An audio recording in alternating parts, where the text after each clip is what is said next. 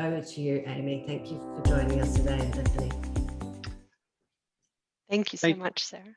Thank you, Sarah, and good to join you, Amy. I'll kick off by doing a quick intro. So, as Sarah mentioned, Sentis' mission is to change the lives of individuals and organisations for the better every day. We do that through the application of psychology and neuroscience to help organisations improve their culture and therefore their safety outcomes. So it's our great pleasure today to be sharing some of our research findings that we've been able to collect from a bunch of different organisations over the last number of years from the mining sector. This information is particularly powerful and useful because of the broad span that it draws from and some of the really precise insights that it provides as well. So the way we're going to tackle today's session is Amy's the SME. She's our head of psychology at Sentis, and she was one of the key people who did the research and dove into the insights. So she's going to help us unpack some of those insights today so that we can hopefully provide some useful things to consider as a result of this webinar. Also posted in along with this webinar will be a copy of the full resource, which is quite a detailed resource that has a lot of recommendations in it. That'll be sent out to you, but you can also jump on Sentis' website, sentis.com.au if you wanted to. You can't hold out for that moment. So we're going to tackle the session in these 4 steps up on the screen. We're going to first of all understand the data. We're going to look at where the data came from and how we can make sense of it. We're going to look at the key highlights of the data, and then we're going to tap into some strengths and opportunities and some considerations in using information in a useful way. Cool. Thanks, Sam. Just to let everyone know, we've got a few polls and a few chats that might come up throughout the session as well. So we'd love it if you'd engage and give us your answers and type in any questions as well into the Q&A option in Zoom so that we can have some time at the end to answer those.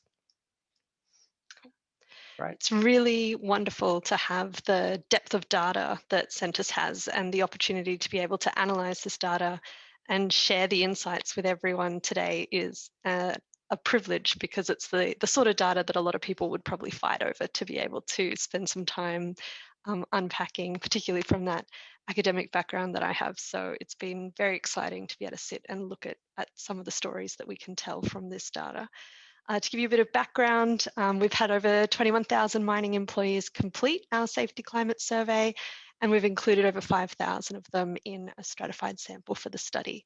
So we stratify our data to make sure that there isn't a single organisation, or in the case of our broader benchmarking data set, to make sure there isn't a single industry that's being overrepresented, which means we can have more confidence when we interpret the data that it's generalisable.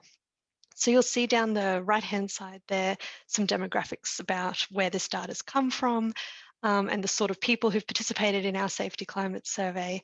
And you'll see there's a big range in terms of ages. There's a range in terms of tenure, amount of time that people have spent in the mining industry, with the majority with quite a long tenure, and a moderate length of time with their particular current organisation. And you can see the data also comes from frontline workers right up to executive management. It's really important, before I jump into sharing some of the results, that we all understand how to interpret some of these numbers and what our different categories mean. And I thought we'd start off by explaining briefly what the safety culture model is. So you can think of safety culture as the way things are done around here in relation to safety. So that could be around people's attitudes, values, beliefs that they share within the organisation about the way safety is done. And this really creates sort of a guidance within particularly frontline workers about what's important about safety and how they're expected to behave. And the safety culture model for Sentis includes 4 main components: the people factor, practices, the environment, and surrounding all of those, the different levels of leadership within the organisation and the role that they play in building and maintaining safety culture. So it's really important for organisations to invest across all 4 areas to effectively manage safety and create that positive and strong safety culture. Obviously, it's a bit more complicated than just these 4 dimensions. So we've got 24 sub-dimensions that sit under these 4 broad categories, but it's just a nice way to start out understanding the different sorts of things that we're looking at when we talk about safety culture. So our safety climate survey lets us tap into the perceptions that people hold about the way safety is managed, and it reflects that underlying safety culture of the organisation. So as we walk through the data, you'll see some quotes and comments that will have come out of our culture diagnostics, and you'll also see some numbers and figures that will have come from our safety climate survey. On the left-hand side of the slide here, you'll see the way that we categorize and interpret the data. So positive perceptions are at the top end of our response scale. So that means that if your average falls here, you've got the majority of people falling into that agree or strongly agree range of their responses to that dimension. If they're falling into the fair range, then they're in that slightly agree range. And into that negative range means that they're falling into that neutral or below, all the way down to strongly disagree. So that's where we're more likely to see that poorer safety performance, and that's where we're more likely to be able to identify room for improvement in that negative and fair range. The other thing that's worth mentioning at the start is you'll see a comparison to benchmark, and that's a comparison based on that wider stratified sample from a broad range of industries, 63 organisations from memory, right around the world, and it includes industries such as construction, agriculture, healthcare, manufacturing, and utilities, just to name a couple of them. And so it's a really great opportunity to compare where the mining sector is sitting compared to that overall benchmark. But it is worth noting that that benchmark is the average of organisations that have completed the safety climate survey. So it isn't what you should be aiming towards, but it's a good sense of how are other organisations performing on the same measure. So it's just a nice thing to compare. Are we going better than or worse than the average? Does that all sound reasonable, Ant? Haven't rushed through that too quickly for everyone? Perfect, Amy. Cool, lovely. So just before we get into looking at some of the key highlights from the report and reviewing how the mining industry is tracking, we'd love to just get a quick sense from you all how you think the mining sector is tracking. So we've got a quick poll that should pop up on your screen within Zoom, and we'd like to know how you think the mining sector compares to our cross-industry benchmark. So do you think the mining sector is worse than, similar to, or better than our overall benchmark average? So while that's popping up there, thanks so much, Sarah. We'll give people time to pop in their answers. And it's just an interesting chance to check in and see what the sense of people in the audience is. Okay, yeah, just a couple more seconds. And there we go. I'll share that now. Thank you. Excellent. Bit of a spread there, Amy. So similar to 50%, and then split between worse than and better than. So which, if we jump through and have a look at the actual results, we had to give people some additional information about that. So, Amy, how does the mining sector stack up? Yep. So pretty spot on in terms of the audience's estimation. So we can see here our benchmark results sitting at about that 86% of mining sites operating from that negative safety culture. Oh, sorry, 86% is our benchmark, and 88% of our mining work sites are operating from that negative safety culture. So pretty much similar to, maybe slightly worse than the average. So in that range. And so it's a really good opportunity, I think, today to have a look at what might be driving this and what we might be able to do about it. Cool. So Amy, just to give people some context, if you move to the next slide, we can talk really quickly about this concept of what is a negative versus a positive safety culture. So the left-hand side broadly represents a negative safety culture. So this would be a culture that is typified by blame, avoidance of responsibility. It's maybe more complaining and problem focused. So typically in Sentis language, we would say this is more of an externally locus culture. So people aren't taking ownership and responsibility of their choices and therefore safety. And this tends to radiate beyond safety. If you're getting this result, and you tend to see this in other parts of the operation as well. On the right-hand side is what we've seen more of a positive safety culture. That is typically a culture which is identified by people taking ownership and responsibility, asking what their contribution or particular result is, and generally seeing that their role in safety contributes not only to their own ability to go home safe, but the ability for others to go home safe as well. Now, the reason that organisations typically come to us is because they find themselves obviously with a problem to solve, which is in that left-hand side of the table here. And the way that I encourage organisations to think about culture is if you reflect on your own experience in organisations, I'm sure most of us on the call will have operated within one or both of these cultures at different times. Now, if you have someone who is operating from a green attitude or that right-hand side accountability attitude, and you put them inside that left-hand red sort of culture, what we typically see is one of a couple of things happen. One is they either join the rest of the people and go along and probably adopt more of a red zone themselves, or they can push back and they can resist for a period, but often they push back and resist for a period until they end up leaving the organization, find something which more aligns to them and their values. On the right-hand side, however, what we tend to see is, obviously, if you've got someone who's similar, they join, but someone who joins that culture from a red space will typically either be pulled into the green or also be, will, for whatever reason, won't last in that organizational context for a long time.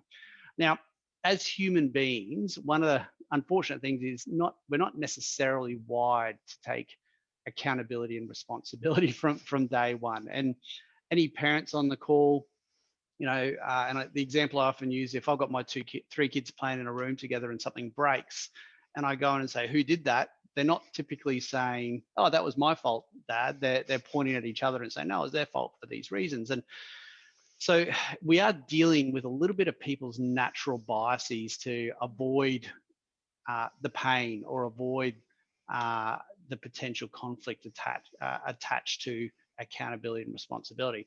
So if you're not deliberately designing your culture to be on the right-hand side and to be in that green zone space, the chances are you're probably going to end up with whatever culture you get. And that is typically falls into that red space.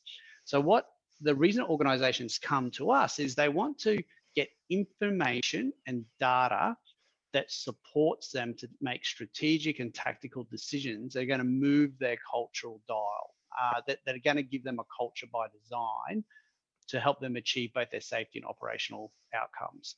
So the benchmarking pieces are really interesting, Amy. People like to benchmark themselves against industry and those, and that's great. But what we really probably encourage more is to benchmark yourself against yourself and look at where are you now and where do you want to get to, and are you making positive progress? And again, that's another big reason that people engage with surveys like this one, is because you can track your performance and improvement over time. So hopefully that gives a bit of context to the concept of positive versus negative safety culture. Amy, I'll flick it back to you now.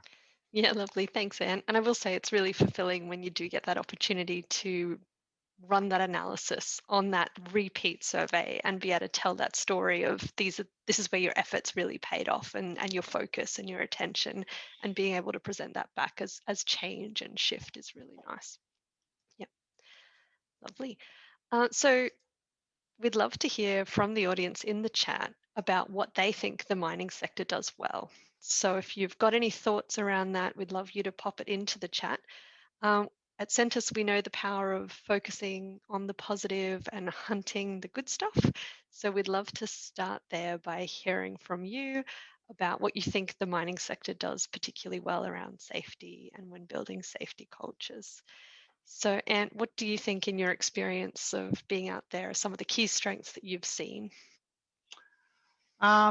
Look, what I tend to see is in high hazard environments, such as those in mining scenarios, you'll see the people on the ground generally being aware and being conscious of that. And because they may have been exposed to significant incidents occurring within the space or within the industry, they can sometimes be a little bit more proactive in trying to look out for their mates. Now that might not always translate into positive relationships with management. That's a whole different outcome. But sometimes you do see that people will will take that greater ownership because they see that the hazard has been more directly dependent upon themselves. What's the data tell us, Amy? Yeah, lovely. Thanks. So in terms of thinking about our safety culture model, we can look at our people, our environment, our practices, and our leadership components. And the person component is something that comes out really strongly for the mining industry. And so this is focusing on the way the teams might care for each other, the way they're motivated to talk about safety, and the way they treat safety as being important as their own role and something that they hold everyone accountable to. So we know the person component in our safety culture model is one of the driving factors. If there is an unpredictable situation that might arise, in determining how things might get managed, and it also predicts how employees influence each other, hold each other to account if somebody lets the standards slip a little. And that's where we see that sense of that safety culture being reinforced as well here. And so it's really nice in this data, we can see that the mining sector is sitting above benchmark on a couple of these items here around talking regularly to each other about safety, about participating in safety activities. Granted, there's still some space for improvement in some of these, but it's worth acknowledging the strengths here, where they are, and the work that's gone in within teams and by supervisors of those teams to really work at having those good safety conversations. Lovely. The other one that's coming through as a strength, Amy, if we move on to the next slide, is that idea of contractor relations. So safety meetings that include participation from contractors, thorough inductions, and when safety issues come on site, contractors are not automatically blamed. So this has been a big area of focus, I know, for the mining sector for a long time, because they have been so heavily dependent on the contractor workforces, perhaps more so than other industries that are now starting to become more heavily reliant. Although my experience is that this contractor relations can be very much site dependent. So we do see some sites where they're managing contractors exceptionally well, and the experience is very, very similar. But there are still some sites where there's a lot of work to do. And it was only a few years ago I went onto one site and they had a canteen on one of the sites, and they had different prices of food and drinks for contractors versus full-time employees. So certainly above benchmark mining here, but I'd probably suggest that this is a fairly broad range of data captured here. Yeah, really good point, Ant. And we've got to remember these are averages, which means that there's organisations that are doing beyond and doing better than the averages we're talking about here, but there's also organisations that sit at the other side of that and sit doing worse and have more space to improve. And so it is a real challenge, I think, to make sure that that contractor management and contractor relationship is built and maintained. And you're right, you do see places that are doing it really well. It is something that we do spend a lot of time talking to our clients about and collecting data on and looking at what change they can make to really improve those relationships. Right. Lovely. So the next section that we're going to talk through is outline some of the greatest opportunity areas that we see in the mining sector and those areas with room for the most improvement. Before we do that, Ant's just let me know that Stephen's got his hand up. If there's a comment, Stephen, it'd be great for you to pop it into the chat. I don't think this has the capacity for participants to turn their mic on and ask questions. So if you pop it into the Q&A, then we'll be able to answer that one for you.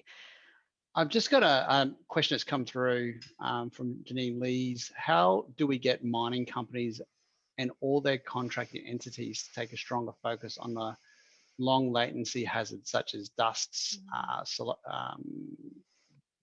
hearing loss, silicosis, and et cetera, et cetera? Yeah. Yeah, really good. Thanks. Good question. Thanks, Janine. I think it's one of those things that's about how is safety prioritized and talked about. And if you recognize that that's a hazard for your workforce, is it something that is actively managed, actively discussed? If somebody's not wearing their breathing apparatus and PPE, or if someone's not wearing their earmuffs or what have you to protect their hearing, are they being called out about it, or is it something that people sort of shrug their shoulders at and let it slide and it's not a big deal? And so I think in that contracting space, it's about treating your contractors perhaps as good as you treat your full-time employees, do you think, Anne? And making sure that you don't have a substandard for them, that you let them do what they want rather than, make sure that they understand the standards that you're setting and that they're following those requirements. Definitely. And I think the other big part of this is getting into your safety data and actually having a look at, well, what does the data tell us? And not only looking at, well, what are the immediate outcomes of the data? What's the potential of the hazard that our people have been exposed to? So is, exposure to dust, how much of a hazard is that? How much exposure to that hazard do we actually have within the organization? What is the potential attached to that?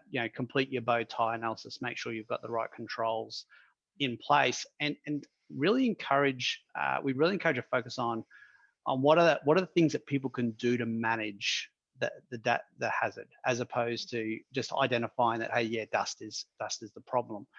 And unfortunately, these sorts of elements, as with most things when it comes to people and change, is you've got to say it once, and you got to say it again, then you got to write it down, then you got to hire a blimp and fly it over maybe not that extreme, but if these are the hazards and these are the things we want people to be focused on, really, taking every opportunity and using every vehicle at our that is available to us to reinforce those messages and to focus on what we can do to control those elements. Yeah, excellent. Thanks, Janine, for posting the question. I hope that answers that for you a little bit. Lovely. If you keep going through, I can jump on to the next one here, Amy, and just take a look at it. Yeah. Lovely, thanks. So we'd love to hear, before we go through our opportunity areas that we've identified in our report, we'd love to hear in a quick poll from your experience, which of the following is the most significant area for your business to focus on? So is it production pressure, underreporting, incident analyses, leadership, well-being, or if there's another one that's really come to mind with this question, please add it to the chat and we'll include it in the list. So these 5 that are up here on the screen in the poll are the 5 opportunity areas that we've identified in our report on the mining industry from our data. And so I think we will go through each of these and talk through the results, but we are curious to sort of hear from you all what's important and relevant to your business at the moment. Okay, we're nearly there. That's I'll just give it a couple more seconds. And there's also a question or comment from Stephen Butler, which you might transfer to the chat so everyone can see that. Anthony, maybe I can pop Okay. Yeah, I can do that one. Yeah, I can cut and paste it, not a problem. Okay. All right, here's the results of the poll.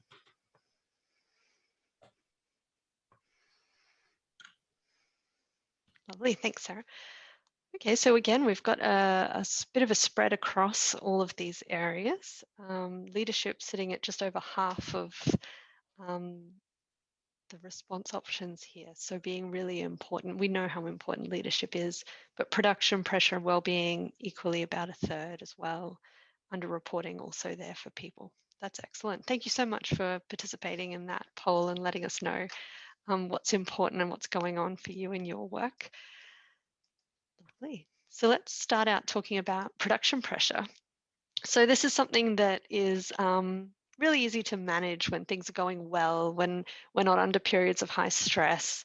But when high workload comes along, when there's a lot that needs to get done quickly, when we might have pressure to reach a set standard of production, that's where we find production pressure becomes something that's harder to manage. And when we're measuring this, what we're interested in is the sense of pressure people feel to complete the work, even if it might be at the expense of making safe choices or following safety procedures, just to get the job done more quickly.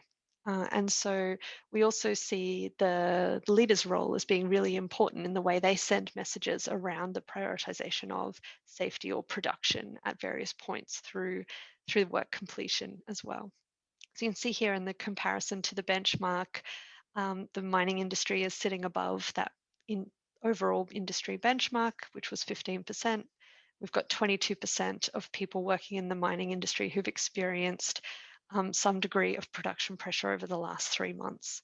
And on the right-hand side of the slide here, you can see the demographic split, and we can see that the production pressure is more likely to be felt and experienced by people in the front line, and particularly by those in that younger age group as well.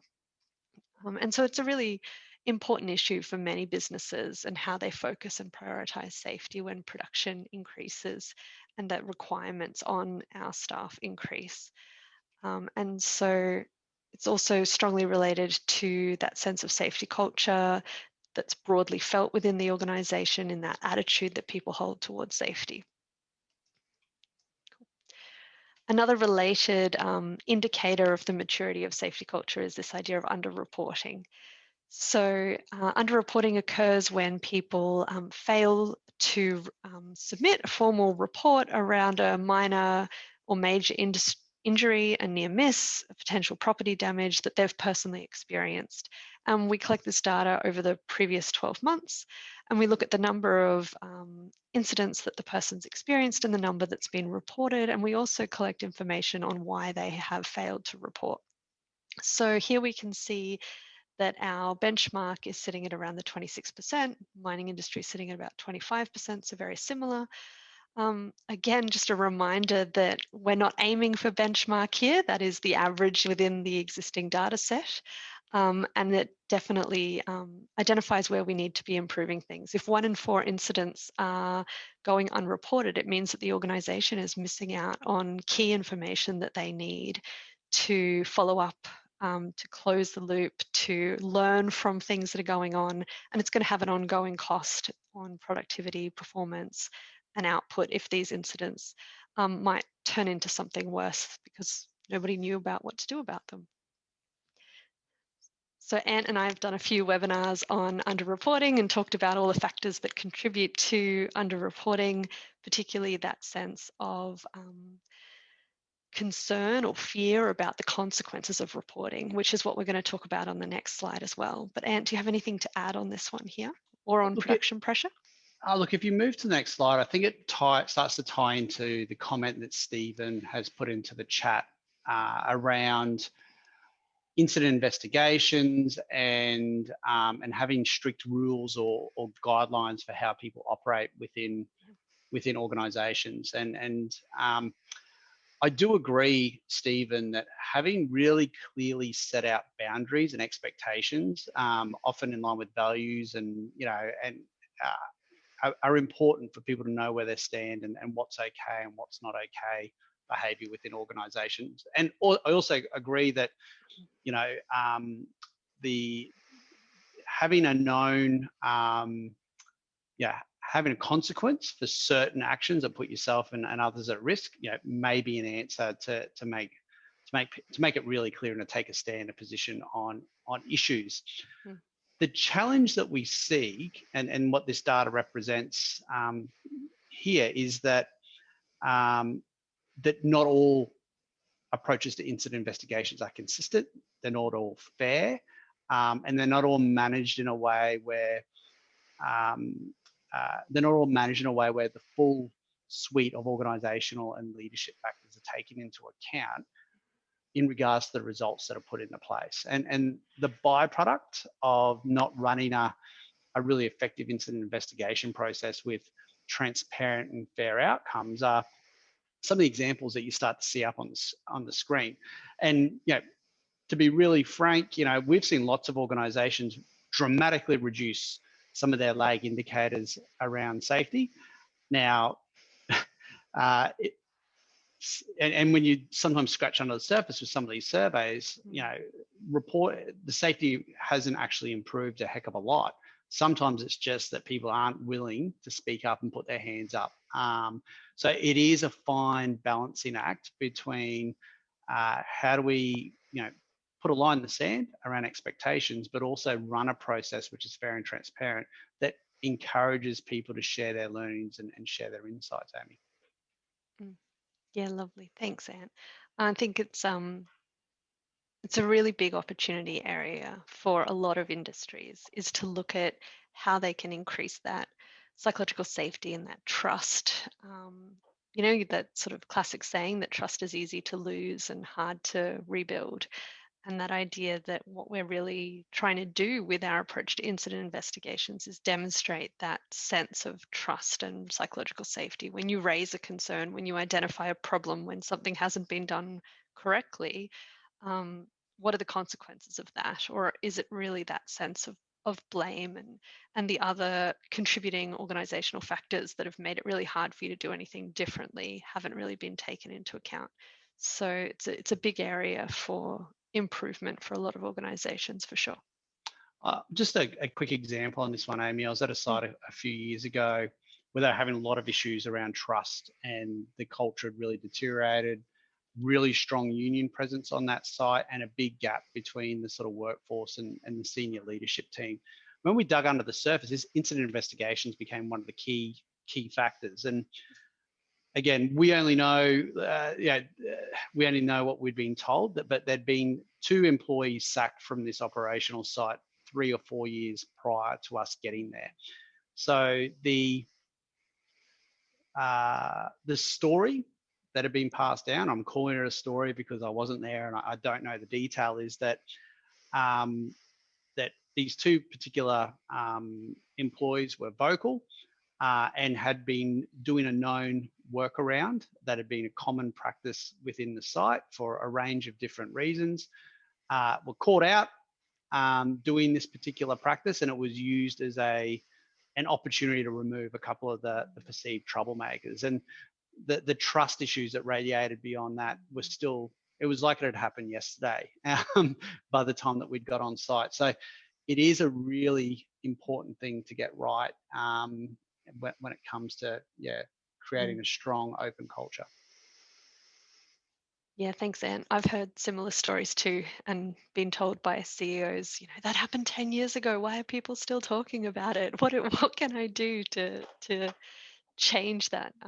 And that, you know, that's the power of stories in organizations, isn't it? New people come in, they talk to others, they hear about what's important. And that's one of the reasons why understanding your safety culture and understanding those stories that are being told in the organization and the standards, therefore, that sets about behavior into the future and those norms that it creates for people is really, really powerful, and you can do a lot with. And this is where we see leadership playing such a role, Yes, isn't it, Amy? Because absolutely. when we go through and we look at leadership capability to influence psychologically safe workforce that's high in trust, you can nearly see the correlations between the leadership capability in that space and the organizational culture are uncanny. You know, they nearly track, they're correlations, they're not causations. We can't make that delineation, I know, but they do track very closely, don't they? Yes, absolutely. And it's one of those things that the reason why we can't have that sense of a causal direction is they both influence each other, right? So leadership is having a strong influence, but at the same time, the environment that you're working in is changing the way your supervisors or your leaders are choosing to lead as well. And so it's a great circle. It is. And you can start to see, when you start to piece these parts of the puzzle together, how a culture can be created. Because if an incident investigation process isn't viewed as effective, and then senior leaders aren't viewed as being present on site, if leaders aren't seen as consulting the people that are doing the work effectively, if there's a sense that people don't understand the job to be done and the real life pressures that are occurring, then the frame that starts to be built around safety is they only care when something goes wrong. And when something goes right, it's ignored or it's not seen. And, you know, and we're not given a voice. So you can start to see how these dynamics can feed off one another and start to contribute to some pretty unhelpful dynamics. Yep, absolutely. Leadership's one of my favorite things to talk about because I think it has such a strong influence over so many different outcomes for organizations and for individuals. And in this report here, you can see that sense of disconnect that's coming through the data between the sort of senior leaders and frontline employees, in that sense of not having a communication path, in not being able to be consulted around safety, in not potentially seeing people out on site understanding what the safety issues are for them as well. So that sense of where are the priorities and what's important to my organization, if I don't hear from people or I don't see it being prioritized, I don't see them out there understanding things, I think is a really important role for leaders to be playing.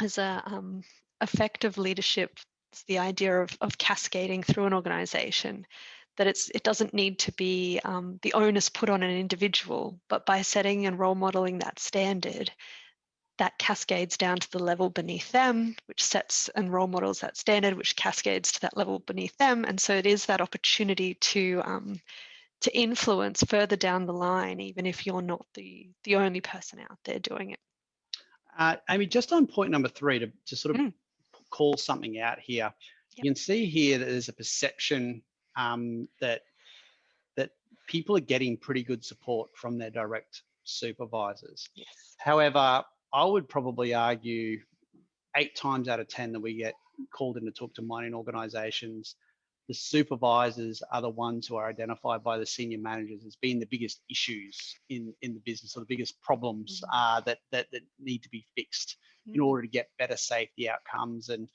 drive better performance. What do you think could be happening that there's such a different perspective of supervision from senior managers to the people on the ground? Any hypotheses? Really good question. I'm going to have a big caveat there and say it's probably different for every organization. But potentially one of the reasons that could be going on is that the supervisors are actively caring about safety, but if they're hitting up against a more senior team that doesn't have the understanding or potentially the care for safety, they are potentially labeled as that sort of troublemaker. You're making things difficult, you're asking for a lot more, because there's a disconnect in the values between what the supervisor is trying to achieve in terms of keeping their team safe and their understanding of what's important. So that could be one reason, and that's therefore a need to look at the values, the prioritization potentially at that more senior level. At the other end of things, it could be a lack of understanding from the supervisors end on the best way to influence some of these things. And so it could be therefore around senior managers providing that sort of feedback and coaching, and that's a really important idea, but this isn't the best way to raise it. If you take it over here or you talk to blah, that's the best path to get that sort of stuff fixed. And so then the supervisors might learn the more appropriate ways to be raising concerns. So there's conflict for all sorts of reasons in organizations, right? Disconnect in values, disconnect in approaches, disconnect in skill levels. So it'd be a question for what's going on in that particular organization. Yeah, great. Thanks, Amy. Yep. Oh, good. So leadership being really important and a good one to talk about. And if people have questions about this this area, 50% of you said that this is your biggest issue in your organization. So it is a really, really good one to spend a bit of time talking about today, and happy to spend some time in the Q&A at the end if there are more questions that people have too. At this point, we'd love to switch over to our last opportunity area, which is in the area of well-being. And so we've got a quick poll for you here about how confident are you to respond to the well-being needs of your workforce. So not at all confident, moderately confident, or very confident. And it's certainly, well-being is an area that's getting a lot more attention at the moment, and it's been part of the Sentis approach in our safety climate survey for a long time, part of our culture diagnostics for a long time. And so we do have some interesting results to share. But we would love to hear how confident people in the audience are at responding to these sorts of concerns and understanding this as well. Cool. All right, I'll share that now, Amy. Thanks, Sarita. Did enough chatting over that time. So we've got moderately confident, 67%, and then not at all confident, at 33%. To be honest, I probably, that's a bit more of a positive result than I had probably expected, but that's great. So obviously wellbeing is becoming more on the radar within a lot of different mining organisations. What does our data tell us, Amy, around the wellbeing results? Yep, so what we can see here is one of the important questions that we ask is how work is impacting your well-being outside of work. And so it's either having a positive impact on your experiences and your well-being outside of work, neutral or no impact, or a negative impact. And so for the mining sector, we can see here, we've only got 22% that is sitting at a positive impact, which is 1 in 5. And we can see here 45% saying that it doesn't have any impact at all. Now, some people who are listening to this might think, well, that's a good group to be in. It's not having a negative impact. But I'd probably argue that work's such an important part of our day-to-day that if you're feeling like what you're spending a large chunk of your life doing isn't contributing in a meaningful or any sort of positive way to you, that potentially that's still something that you could have improved in your life and in your work experiences. But hopefully for that group, there isn't any sort of poorer or negative outcomes if you are sitting there.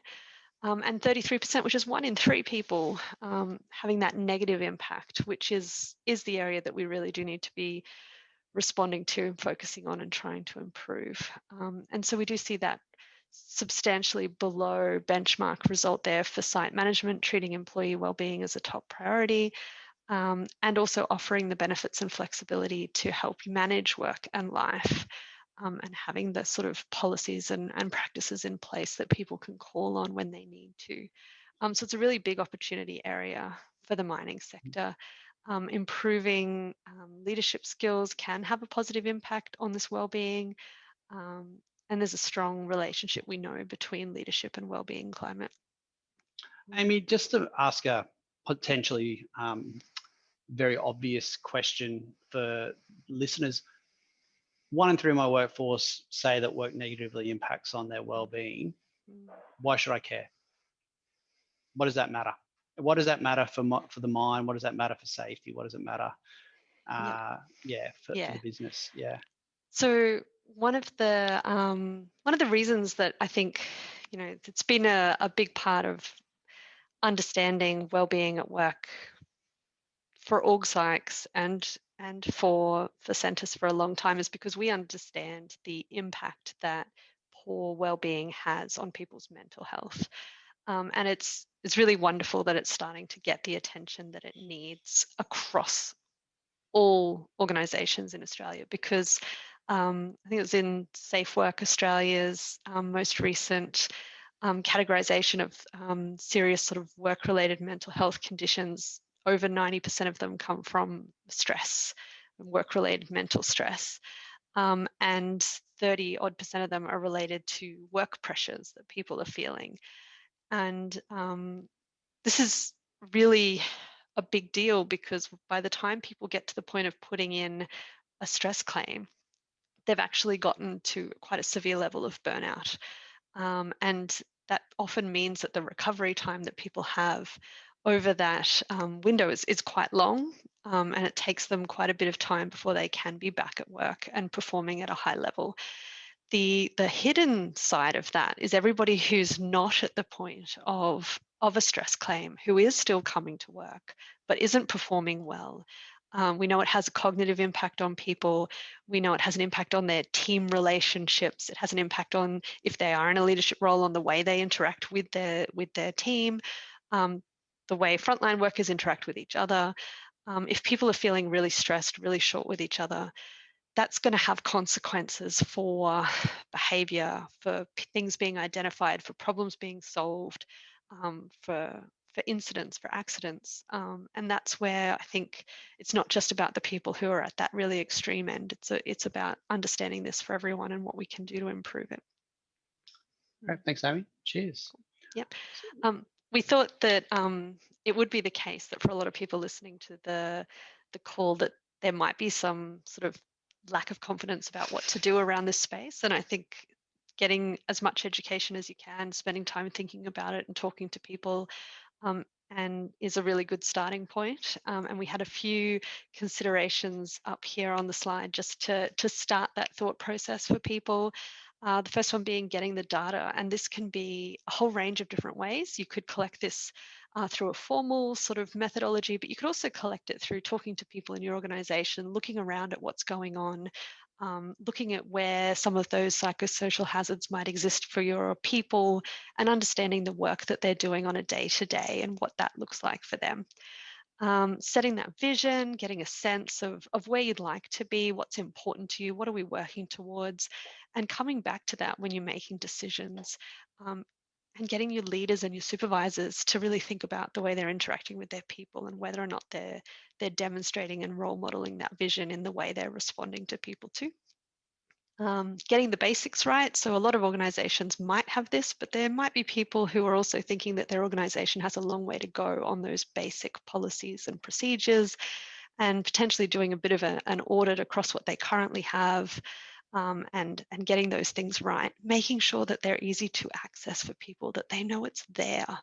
It's really tough when you hear stories about people who are putting in stress claims, who then find out that there were opportunities and avenues available to them at a much earlier stage, but it had never been communicated to anybody in their organization, including that person's leader, about how they could access some of this support that is available to them.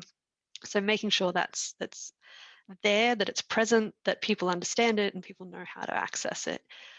Our leaders play a really big role in this too. So helping them understand not just the policies and procedures, but some of those sort of softer skills and communication skills, which I heard recently being turned into the idea of actually being called hard skills, because they're not, they may be soft, but they're not easy. Yeah. I thought that was quite nice too. That's clever. Yeah. Yes.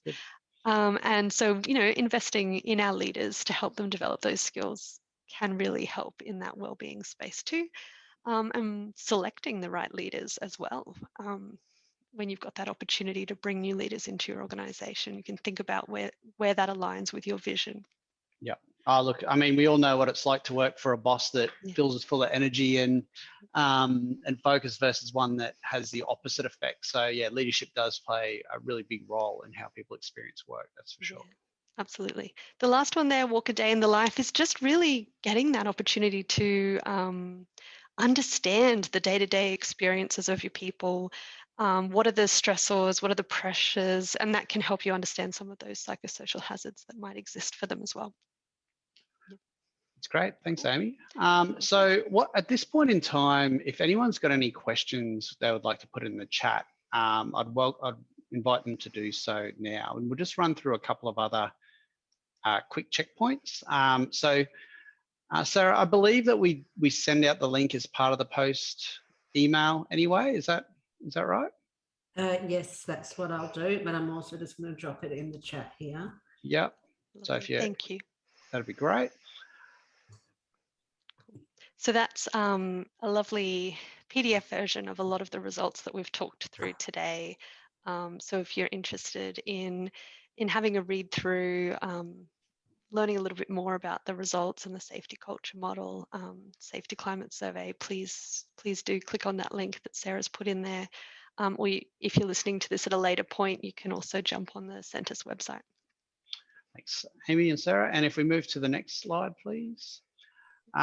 So the next, what this slide talks to is if you are looking at taking a strategic approach to improving your safety culture, this is an opportunity for you to express your interests. So a lot of cultural diagnostic processes will collect data. You'll be given back a big ring-bound folder and it'll collect dust somewhere on the shelf. But we focus really heavily on turning insights into action. So when we run our diagnostic processes, we actually help with the implementation of the change that needs to be put into place through really useful data through a data analytics platform, and then also helping set up the structure to implement the change as well. If you're interested in understanding more about that insights to action process, you'd like to organise a quick phone call with myself or Amy or one of the team, just click yes, and we'll get one of the team to set up a meeting with you. Lovely, thank you. Okay, I'm just going to drop another link in this chat as well, because somebody earlier, Christian, asked he must have missed last week's webinar with Sentis, which is also excellent. So the recording for that one, if you didn't get the email, is in the chat as well. Thanks, Sarah. So we'll leave it open for another minute or two for anyone to drop any questions into the chat. Can't see any come through. No, I think they all came through during. Yeah, it was great. lovely to have the questions during. It's really good. Oh, maybe we should do that more often. Yeah, absolutely. Well, look, if there's no other questions, then we can probably give people back 5 minutes of their day. So Amy, thank you for such a comprehensive walkthrough of that data. Again, we were only able to largely skim the surface of what is a very comprehensive report. It's free, it's a great discussion point. We see organizations discuss this at the executive level or even at the board level to self-reflect on their own businesses and what they're doing well and what can be done better. So really do encourage you to use that free resource. And as always, get in touch if you have any questions for us. But Amy, thank you so much for your insights. And Sarah, thank you for hosting. Thank you, everyone. We'll see you again soon. Okay. Thank you. Bye. Bye. Take care. Bye.